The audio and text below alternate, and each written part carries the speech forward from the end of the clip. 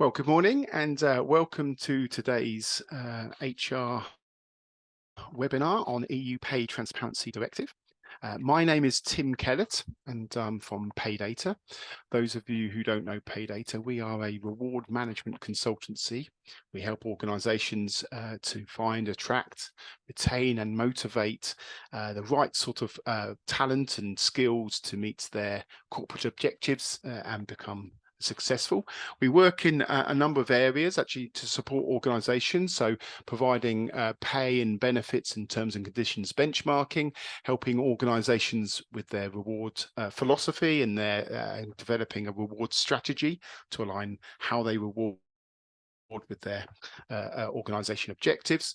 That can sometimes require a job hierarchy, job architecture, and we have our own bespoke job evaluation methodology. We also support people with their pay review processes, either through providing an informative information or through developing tools to help them with the pay review process, software tools.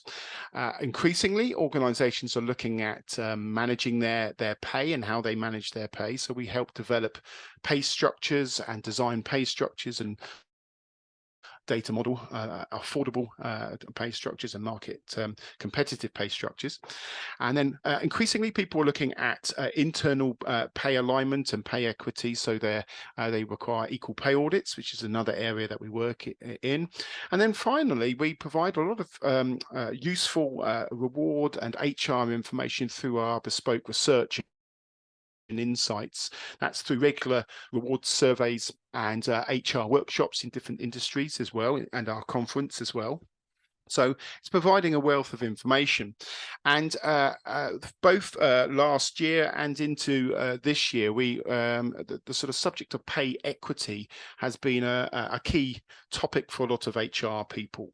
And actually in our January Pulse survey, we found that 53% of employers who completed the survey sort of said that their pay actions are driven by internal relativities. So that's looking at that internal relativities, internal equity is a really important point to make. So, and I'm sure that's also been driven by changes in the sort of gender pay reporting that have come through as well in the last few years. So with that in mind, and the focus a lot on pay equity, and also a lot of organisations aware of the EU Pay Transparency Directive, we thought we would bring in some external experts to talk about this and who live and breathe this day by day. So I'm delighted to introduce to you today Susannah Donaldson and Lesley Finlayson from Pinsent Masons lawyers. And so Susie is an employment partner and a co-lead on the equality law team at Pinsent Masons, and Susie's got extensive experience in supporting and advising clients both on the sort of the cultural and the legal aspects of discrimination and inclusion issues as well. Susie works on the Pinsent Masons D&I consultancy and helps businesses progress their strategic ESG objectives. I think that's mainly looking at providing strategic support in terms of diversity data collection and reporting, pay transparency issues, and undertaking equality audits as well. Lesley is an associate solicitor at Pinsent Masons and has a wide range of employment law experience and is a member of the equality law team at Pinsent Masons.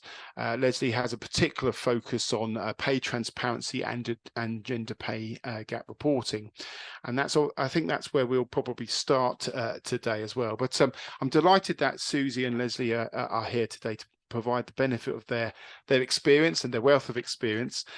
So with that's enough of me talking, and I will hand over to Susie to talk to you today about this area. So thank you very much. Thank you, Tim. Thank you for that warm welcome and for that very detailed introduction. Lesley and I are delighted to be here this morning to talk to you about all things relating to pay equity. So just a quick overview of what we're going to be covering in this session. We'll look at what the UK gender pay gap reporting regime requires, the impact it's had in practice, what are the emerging trends. You know, we've had the benefit of these regulations for a number of years now. And then what lies ahead, given recent developments in the EU, and what, I guess the million-dollar question, what can companies actually do to address the root causes of their gender pay gap and to drive down their gender pay gap figure? So that's the session outline for today. We will leave some time for questions at the end. So if there's anything that occurs to you, we will give you an opportunity to discuss those points later in the session. And I think there's also maybe a chat function. Tim, you can correct me if I'm wrong. Yes, that's right. So you can add your comments to the chat function, the Q&A function, and we'll hold those questions until the end and then do our best to get through them. We'll have a hard stop at 11 o'clock. So if you do run out of time for any questions, we will answer them afterwards and send out the slides with sort of Q&As after the session as well. So, okay. Okay, well, thanks, Tim. So just to recap then, as you probably all know, that the key driver for many companies to consider pay transparency in their organizations was the introduction in April 2018 of the requirement for British employers with 250 or more employees to publish their first gender pay gap reports. As you may remember, the initial reports attracted intense scrutiny from the media, employees, shareholders, trade unions, and the government alike. And now that companies have completed their sixth annual reporting deadline, I do think that the output continues to generate a lot of debate and to attract global scrutiny.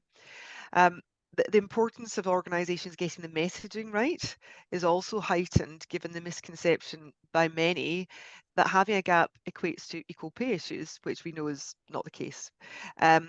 But the spotlight is, however, being shone on equal and fair pay, given that employees are increasingly, as you'll probably know, demanding greater transparency around reward structures and raising questions in relation to the comparability of their pay with their colleagues.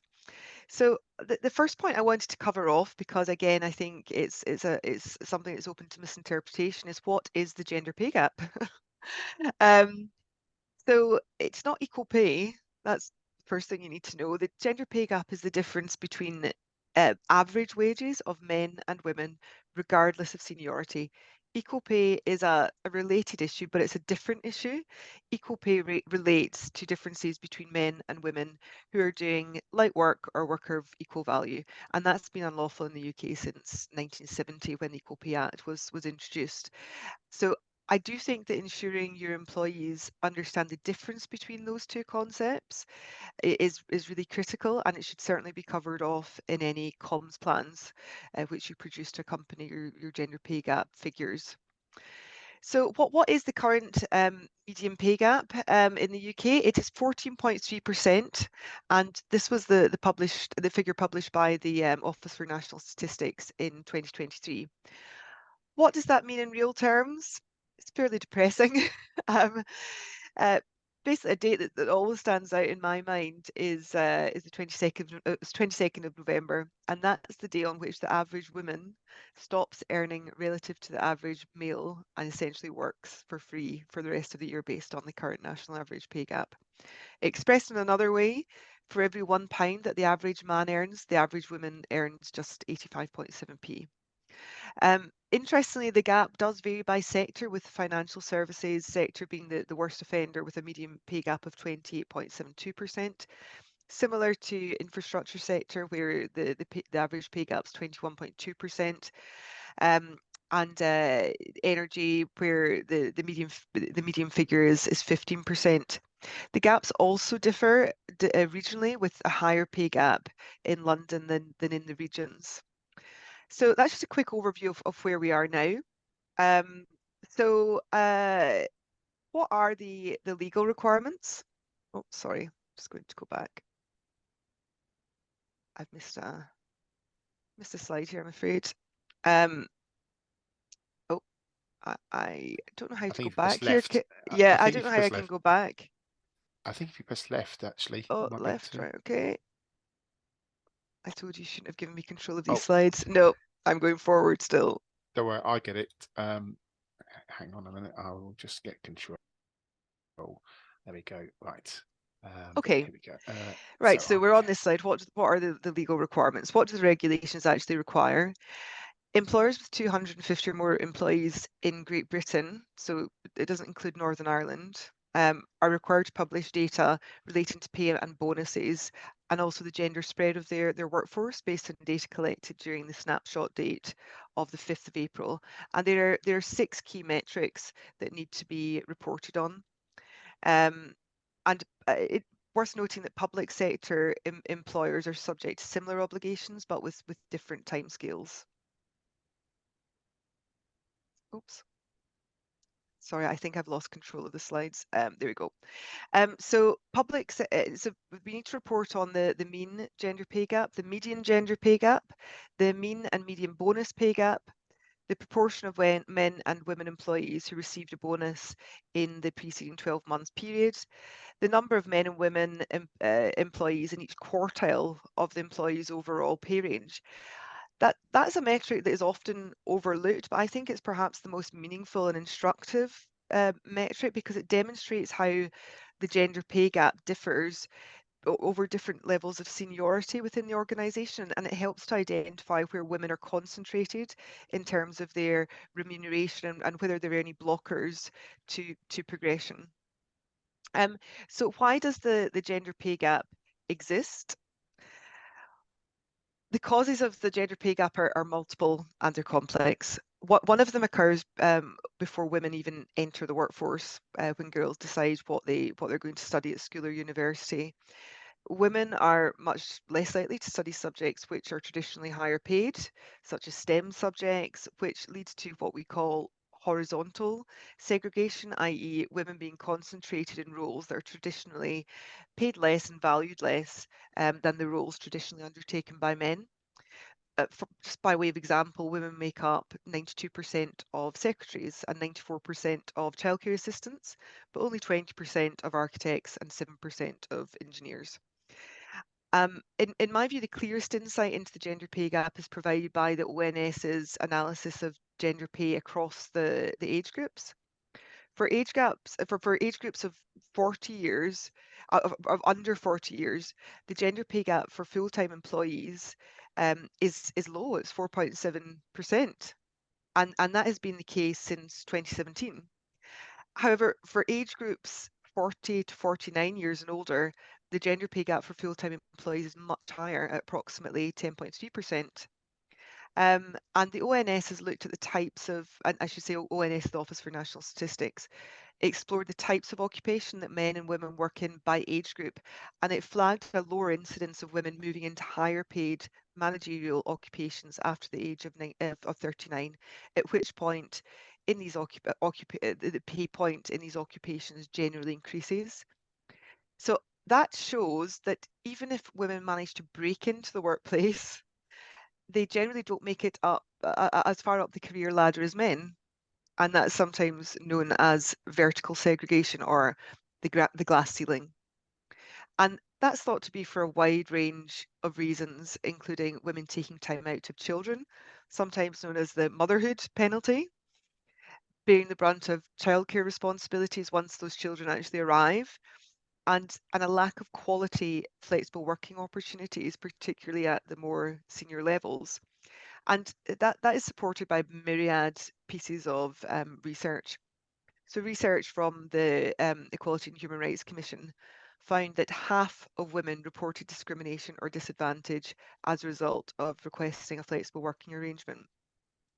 Even if that flexible working arrangement is approved, women reported that there was a price to pay, such as being given fewer opportunities for development than their peers.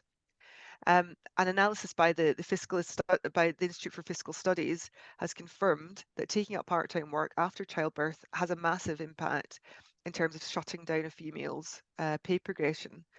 So they reported that by the time a first child is 20, mothers earn 30% less per hour on average than similarly educated fathers, whose wages are completely unaffected by fatherhood, in fact. some studies have shown that they actually increase. So I think all of this highlights the importance of measures to address these issues, such as positive action measures and other measures that we'll come on to talk about slightly later in the session. Finally, worth noting that a proportion of the gap is actually unexplained. So an ONS study found that even when the national average gender pay gap is adjusted to take account of the factors that I have just described, they only account for 1/3 of the pay gap. So 2/3 of the pay gap is still unexplained. And I think that suggests that unconscious bias and discrimination are still a huge part of the problem.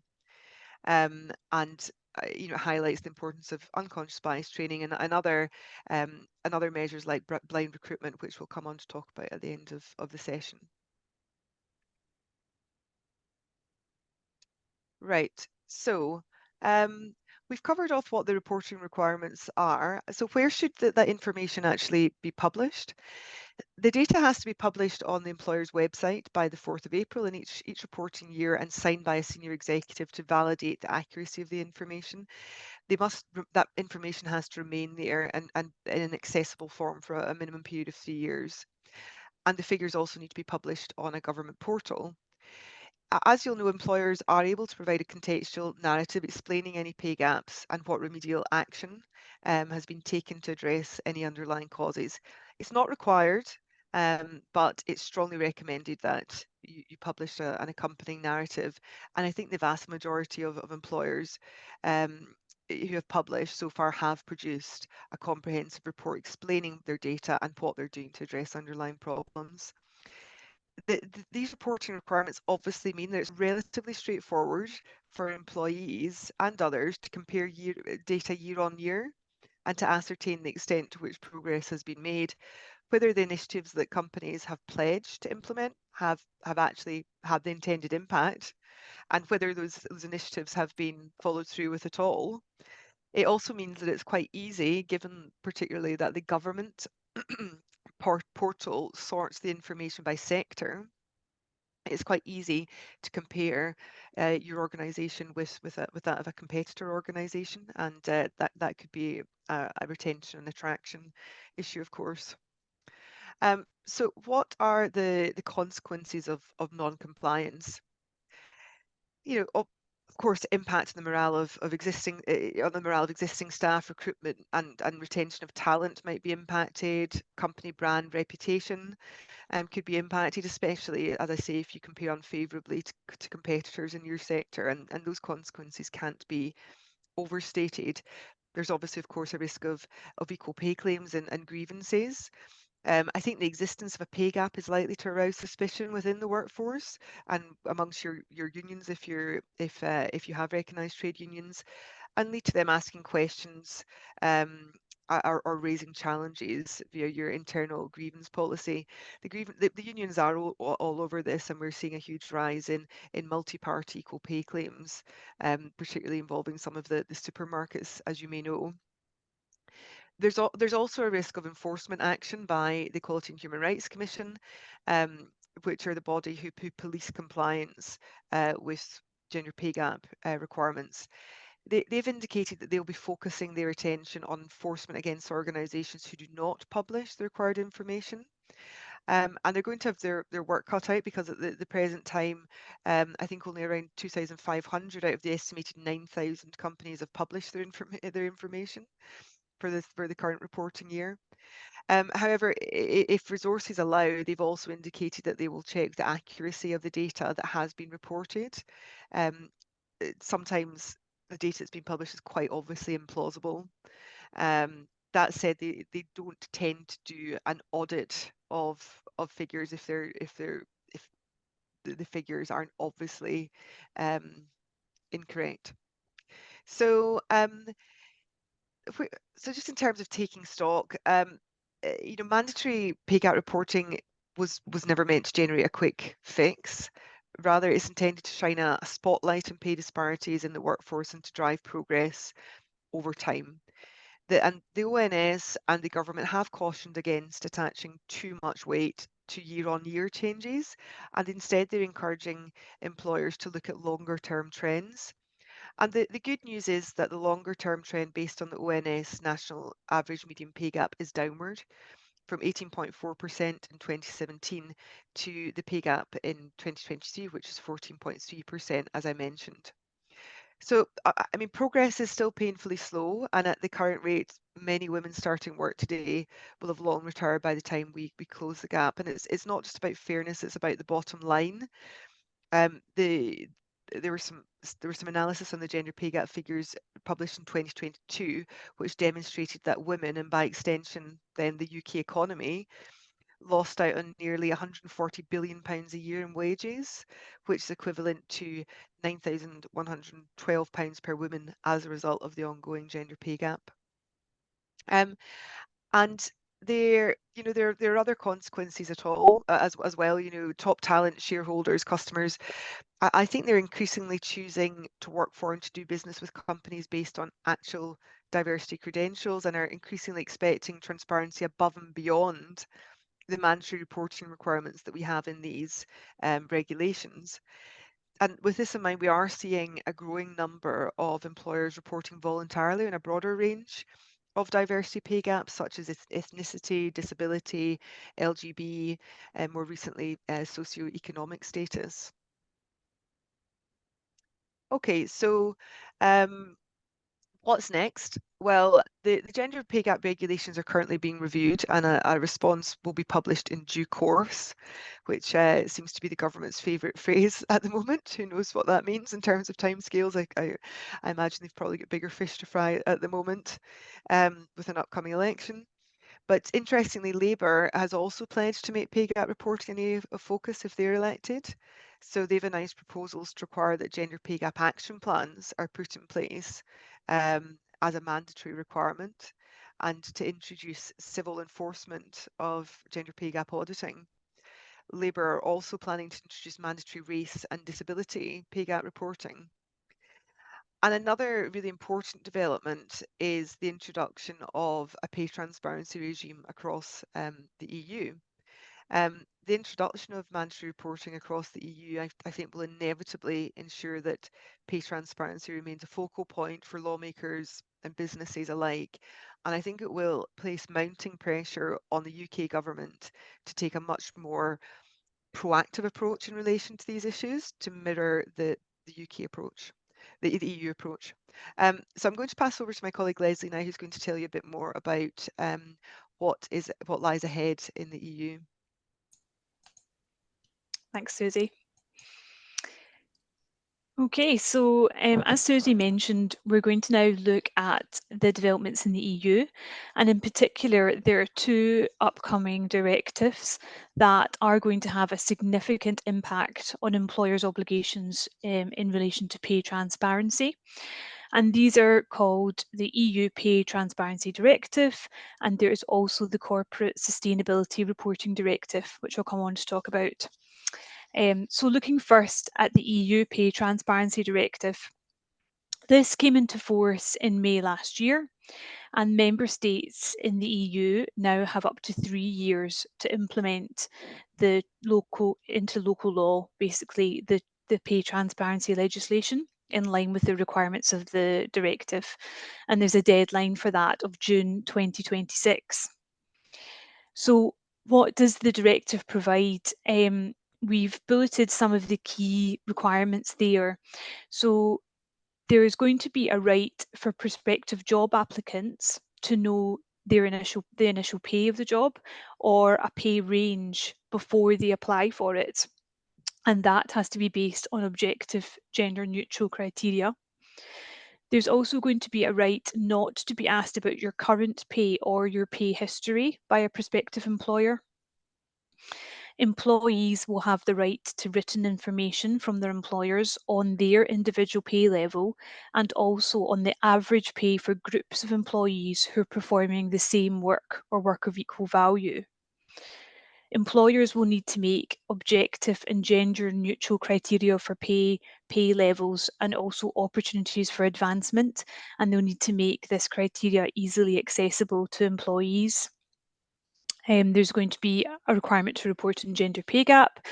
across both the company as a whole, and also they're going to have to report gender pay gap within each category of worker who do the same work or work of equal value. And there'll be a requirement to remedy gender pay differences that can't be justified by objective and gender neutral factors. And that's something I'm going to come on to talk about a bit more detail in further slides. But in relation to the factors we've just discussed, you can see that this will bring huge changes in terms of transparency and in terms of the information that's going to be available to both prospective job applicants and also current employees. Just as an example, advertising salaries and salary ranges for jobs may raise questions not just with prospective employees but with your existing employees who may see a job advert and think, wait a minute, don't think I'm being paid in line with that. You can see the reason behind, obviously the word pay transparency is in the word, the reason behind these measures. A lot of it is obviously trying to bring this out into the open and not have embedded problems with gender pay gap as there are now. For example, the measure about not being allowed to ask about your current pay or your pay history when you're applying for a job is supposed to counteract the fact that, you know, if a woman, for example, starts on a lower salary in a different job, even when they move, that becomes quite ingrained through their career if they're being asked about their current pay. And there's also evidence to say that women in general tend to be not as strong negotiators in pay, for example, at pay reviews and that type of thing. So these measures are trying to address those concerns. In relation to the category of workers, this is something that is of huge interest, and there's been a lot of discussion among European employers and employers in the UK about how that would work, especially if companies don't have existing categorizations or structures, or if they don't have a sort of pay evaluation or haven't done a pay evaluation exercise. So category of workers within the directive is defined as meaning workers who do the same work or work of equal value. And the intention with that is to tie in with the comparison. Basically, that's how it's defined in EU law for an equal pay claim. So the definition is tying in with that. So although in theory the concept of equal value should be consistent across the EU, in reality we do think we're likely to see different approaches within each member state to putting employees into categories. And to give you an example, in France, they have a current gender pay gap reporting regime, and that allows employers to choose between different options. One is using very broad categories, such as blue collar, white collar workers. One is they're allowed to use a classification system adopted by the relevant collective bargaining agreement, or they can adopt their own internal job classification system as long as it's being agreed and consulted with the Works Council. So you can see that's the current approach in France. We don't know if that's going to change under the new directive. Other countries may follow that kind of approach, but obviously how the legislation in each country defines category is going to have quite an impact, and also could have quite an impact in how well you're going to be able to compare across jurisdictions. So looking further at the joint pay assessment, employers basically who report, and if the following conditions are met, they are going to have to carry out a joint assessment of wage and salary. And that is where the wage and salary reporting shows a difference in their average wage levels between female and male employees of at least 5%. And that's in any category of employee, so not just overall. If the employer has not been able to justify the difference using objective and gender neutral criteria, and if they've not remedied any such unjustified difference within 6 months after submission of the gender pay report, then they're going to have to carry out this equal pay assessment. And the joint assessment must include, among other things, measures to eliminate the differences of the remuneration if it's not justified on the basis of the objective gender neutral criteria. So a pay assessment is essentially a detailed equal pay audit, and it would be done in cooperation with the employee representatives. And this really is one area where the EU Pay Transparency Directive is really bearing its teeth, so to speak, because triggering a joint pay assessment is obviously going to be time consuming and has high levels of risk attached to it. It's going to require additional data and analysis, including, for an example, an analysis of the proportion of male and female workers in each category, an investigation into the underlying drivers of the pay differentials, and a specific look at pay rises following family leave. And the joint pay assessment will have to be published, so made available for workers and also made available to equality bodies and labour inspectorates. So you can see quite a sizable obligation on employers. So looking at who is actually going to have to comply with the Pay Transparency Directive, when will this happen? In terms of when, it's going to be brought in on a phased basis, depending on the size of the organisation. So from 2027, so that's reporting on the 2026 calendar year, employers with 250 or more employees will be required to report annually, and employers with 150 to 249 employees will be required to report every 3 years. And then moving on to from 2031, so that would be reporting on the 2030 calendar year, organisations with 100 employees will be required to report every 3 years. Employers with less than 100 employees are not required to report, but they may report on a voluntary basis. And it's important to note that there's no size threshold. This is for the gender pay gap reporting. There's no size threshold for many of the other pay transparency rights in the directive. So, for example, all employers in the EU, irrespective of size, will need to comply with things like the salary history ban, the obligation to advertise salary ranges, and the requirement to supply information on what comparable employees are paid upon request.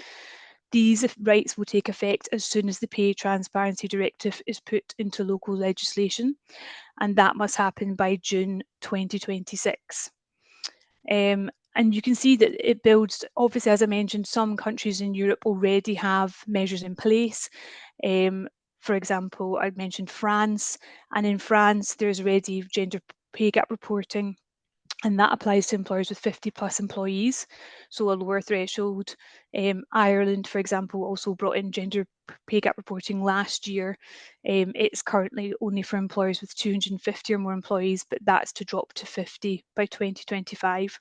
So you can see that there's a range already of standards in, and of course the question is what's going to happen in the UK because of all of this.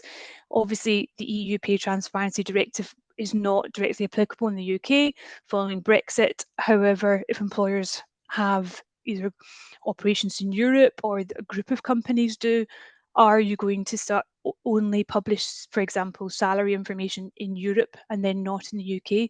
We think that a lot of UK employers will want to keep a consistent approach and will want to follow this guidance. So I'm going to move on to give an overview of the other directive, which is perhaps a bit lesser known, a bit being lesser talked about, but does have some important requirements in terms of reporting on pay transparency and other D&I matters. So this is the Corporate Sustainability Reporting Directive. It was introduced by the European Commission last year and has now been approved and has to be integrated into member states' law by July this year. So its aim is to encourage sustainability reporting at regular intervals, because the EU thinks that by doing that, that will firstly allow stakeholders, so investors, consumers, policymakers, to evaluate the non-financial performance of large companies. And also in doing so, it will encourage these companies to adopt stronger practices of environmental and social management. There was a previous regime in place that some of you might have heard of called the NFRD, the Non-Financial Reporting Directive, which also required sustainability reporting, but it only applied to large public interest companies such as banks and insurance companies. So the CSRD is much wider in scope and will affect a much larger number of companies. The CSRD, like all European legislation, is very complex and lots of different bits and sections to it. But the important bit that we would look at in terms of pay transparency and diversity is the European Sustainability Reporting Standards, actually named ESRS. There's 12 of them, but the two specific ones that relate to employment are S1, which is your own workforce, and S2, which is workers in the value chain. And the ESRSS1 does provide many disclosure points of diversity and inclusive data points. And I've listed some of the key ones there that employers are going to have to report on.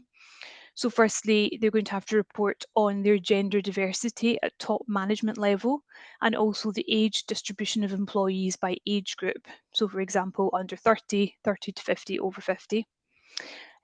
There's a requirement to report on disability diversity by disclosing the percentage of people with disabilities, and also you can include a breakdown by gender for that.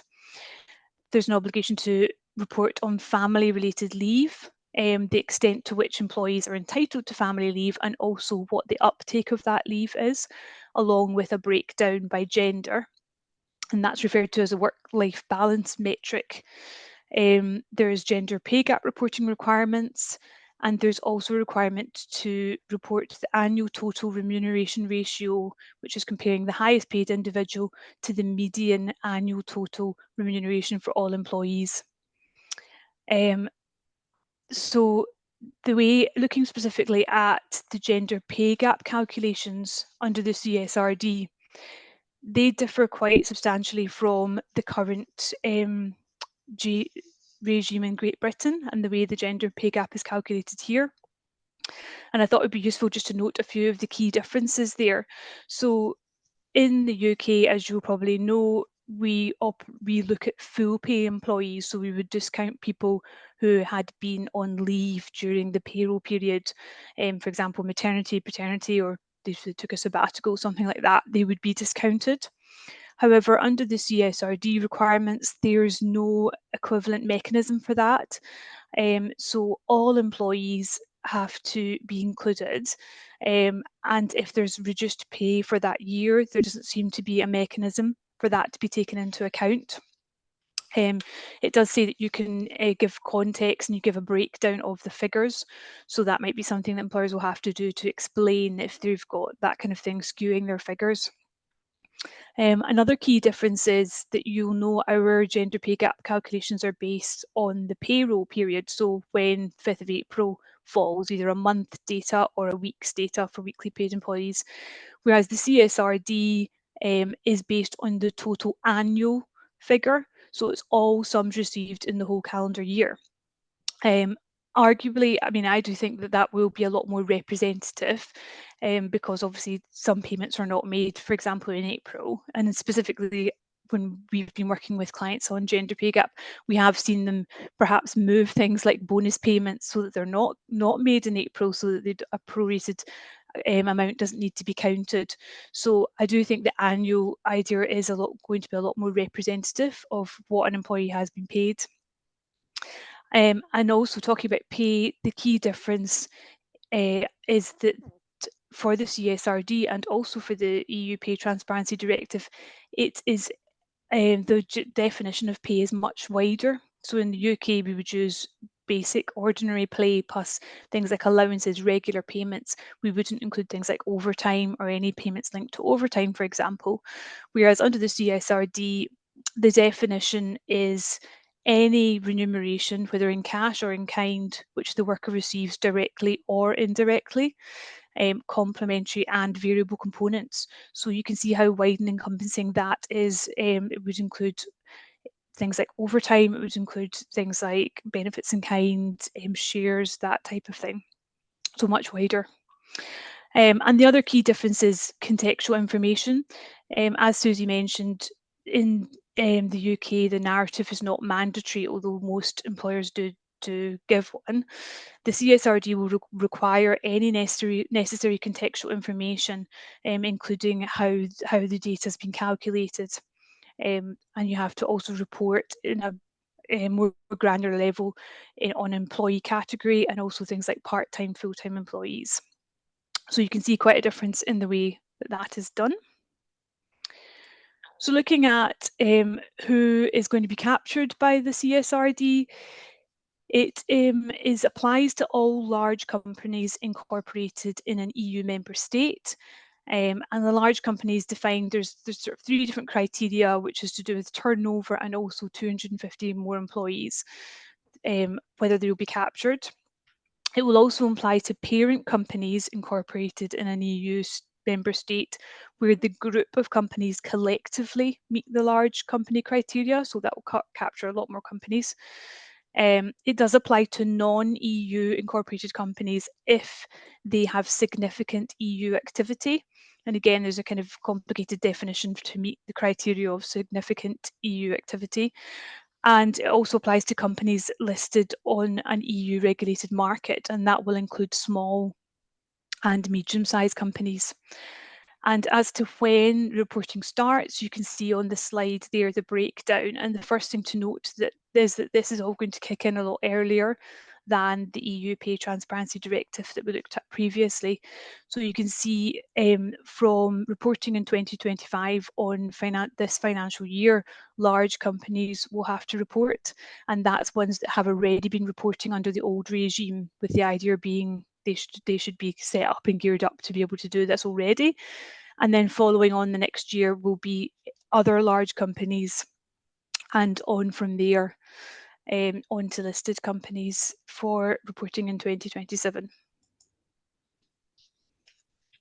A couple of other points to note are that the CSRD has what's called an equivalence regime. And what that says is that you can have substituted compliance under other non-EU disclosure regime, but this will only apply if the reporting is prepared in an equivalent manner to the EU standards.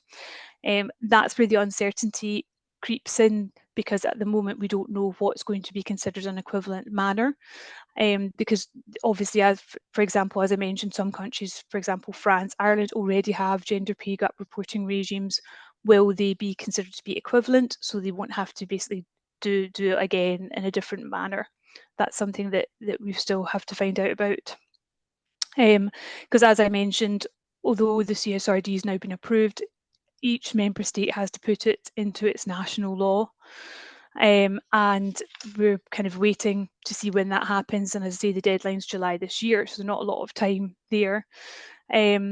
Interestingly, in Germany, it's one of the more advanced. They have produced a first draft of the bill just on the 22nd of March.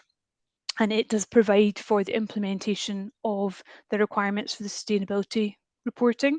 Interestingly, it's noted that there's no plans to go further than the requirements of the directive, and they've also said that double reporting obligations should be avoided. So there should be a right of substitution to ensure that companies don't have to prepare 2 essentially identical reports according to different standards and for different bodies. So that's already been considered there. And then the other point we've noted in there is, well, what's going to be the impact if you're not in Europe? As I'd mentioned earlier, non-EU companies can fall within scope if they have significant activity in Europe, but also in general, we do think that the CSRD is going to drive up reporting standards internationally, and some companies may decide to voluntarily report using these standards. Okay, and then we just got an overview summary of the key differences basically between what's happening in the UK right now and then these European regimes. So as we've mentioned, the reporting threshold is a lot lower under the directives. It will eventually capture businesses with 100 or more employees, whereas the UK is 250 or more. As you've obviously heard, the reporting requirements under the directives are much more onerous. The provision for reporting based in categories of worker particularly, and obviously the joint pay assessment if you have the more than 5% gap. I've highlighted the fact that pay in both of the directives is defined as all pay basically that someone gets, either directly or indirectly. using the definition in equal pay legislation. And that's much broader, obviously, than what is used as pay in the UK calculations. The EU directive, as we discussed, includes the ability for employers to be questioned by workers and their representatives, labour inspectorates and equality bodies about their figures, as well as a requirement to remedy it. So there's just going to be a lot more scrutiny on the European companies than is seen before. And as we've mentioned at the bottom there, the EU regime is likely to be regarded as the gold standard, and we do feel that this will have a knock-on effect in the UK and what happens going forward. Okay, so what can you do to prepare? So employers do have some time to prepare, though not as much for the CSRD as the EU Pay Transparency Directive. And we've been just chatting and advising clients about what to do, and we've noted some of the things to consider here. The first thing really is about your data collection, whether it's robust and accurate, because obviously accurate data is essential for mandatory reporting. As an example, we've been working with a client recently to do a sort of dummy run of the CSRD gender pay gap requirements, and they had real difficulty getting accurate working hours for their employees because it would be based on the actual hours worked for a year, including any overtime hours. And that was something they've come as a real stumbling block, which they hadn't identified until we'd done that. So that's one area to focus on. And as we said there, you might want to think about doing a dummy run and looking at categories, as we've talked about, seeing what the pay gap is within those categories. If an employer is concerned that they are going to have a pay gap of at least 5%, then you need to start looking at gathering evidence and what is going to be your objective justification for these differences. Consider undertaking a legally privileged equal pay review, and this could help highlight any risk areas and help understand any underlying causes of pay gaps and potential corrective actions. And we'd also recommend looking at your contractual documentation, your internal policies and procedures, your grading and remuneration structures and recruitment processes through that equality lens to ensure that they're both legally compliant but also in line with best practice. I'm now going to hand over to Susie, who's going to look at how businesses can drive down any pay gap. Thanks, Lesley. To move on the slides.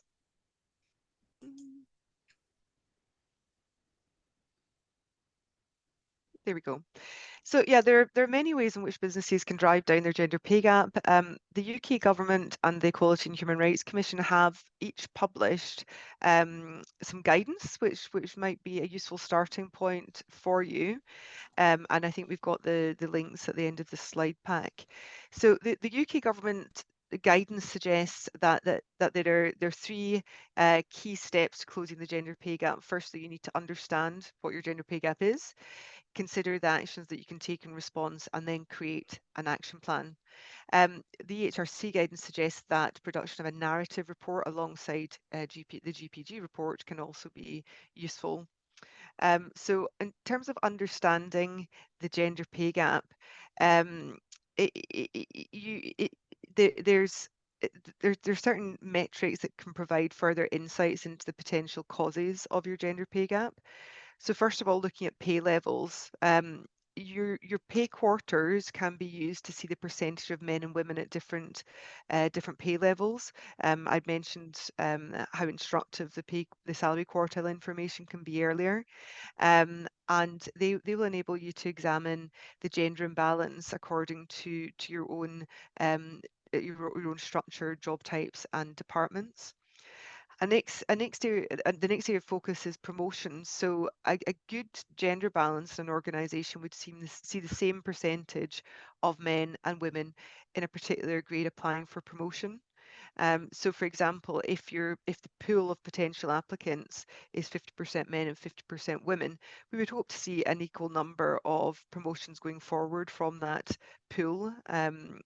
And if there's a reduced percentage, then that's likely to lead to a worse gender imbalance at the higher grades. And to work out whether this is an issue for your organisation, you would look at the percentage of women in each grade who apply for the promotion, the percentage of women who actually make it through the assessment stage to the shortlist, and then the percentage of women who are eventually selected for promotion. When you're looking at recruitment into lower paid roles, that can also be instructive. So women joining organisations at lower levels or being less likely to be hired at higher levels can obviously widen your gender pay gap. So to work out whether that's an issue, you should look at the number and percentage of women who apply for roles at different grades, work out whether the percentage of women goes down at various stages of that process. So the application process, the assessment and shortlisting process, the selection process, and at the point of actually accepting the role. Next, look at the people that are leaving your organisation. Women leaving at a faster rate than men can contribute to the gender pay gap, particularly if it happens at your higher paid grades. And to work out whether that's a problem, look at the percentage of men and women leaving at each grade. Bonuses, overtime and other pay. So the Equality Act requires equal compensation for equal work. So you should look at whether or not men and women doing comparable work get the same reward. So look at overtime, bonuses and pay for unsociable hours. Starting salaries for men and women in comparable roles should be compared, particularly if the organisation allows for negotiation of starting salaries, because all the research shows that women are less likely than men to drive a hard bargain and to negotiate robustly. The other point I've noted in the slide there is performance scores. These scores can show a difference in how men and women perform and in how they're assessed. Score differences can obviously affect progression, and you should seek to break down performance scores by grade and by job, particularly if there are different performance management approaches for different groups. And check for imbalances where employees assess their own performance, because again, the research shows that women rate themselves lower on average than men, who can sometimes maybe be a bit overconfident. Part-time employees, so more women than men tend to work part-time, and organisations should assess how part-time employees progress by looking at the number of part-time employees by grade and by occupation. They should not be making senior roles only available to those working full-time, and they should compare performance scores and promotion rates for part-time staff and full-time staff. I'd also suggest that you look at people with caring responsibilities, so you can assess to what extent you support people with caring responsibilities by looking at the numbers of men and women who take up, for example, flexible working, share parental leave and paternity leave.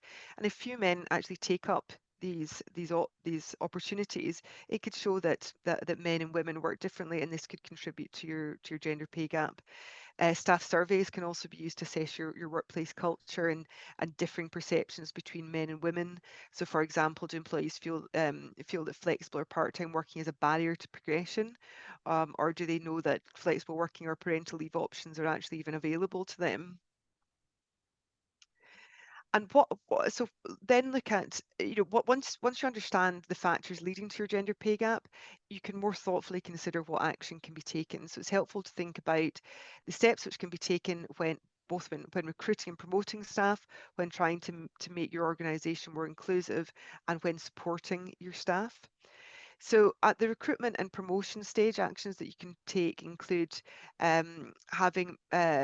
ensuring that you have gender diverse shortlists, using skills-based assessments based on standardised skills and scoring, anonymised CVs and application forms, and using structured interviews graded on standardised criteria, having diverse and balanced selection panels, encouraging salary negotiation by showing the salary ranges in advance, which is something that the EU Pay Transparency Directive recommends, widening your applicant pool, for example, by actively promoting the fact that the role can be done flexibly or remotely, make commitments to drive to recruitment drives. For example, you know, the Young Women's Trust Apprenticeship Employer Pledge, early career programs, or having links with educational institutions.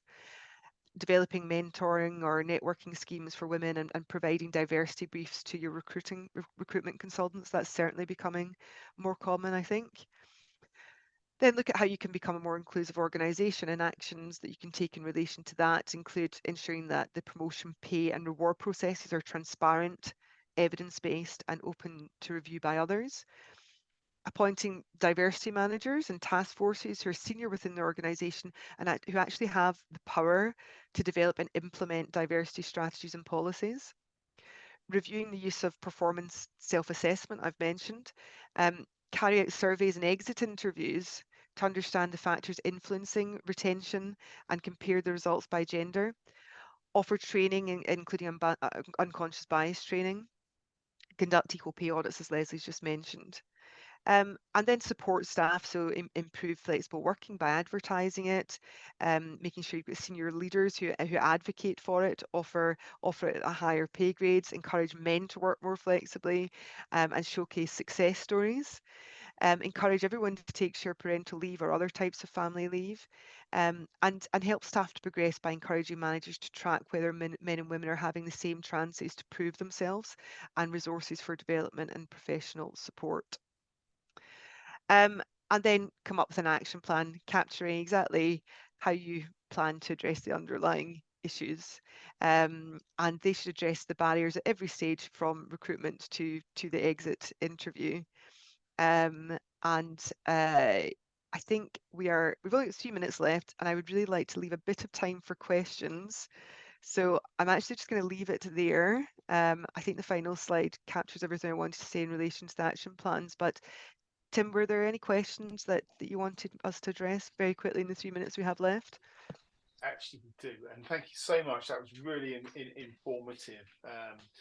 What you said. So we'll try and get through the questions, and then, but as I said, if we don't have them all, we will ask you them afterwards, and we'll get the answers out with the slides as well. So we have one question.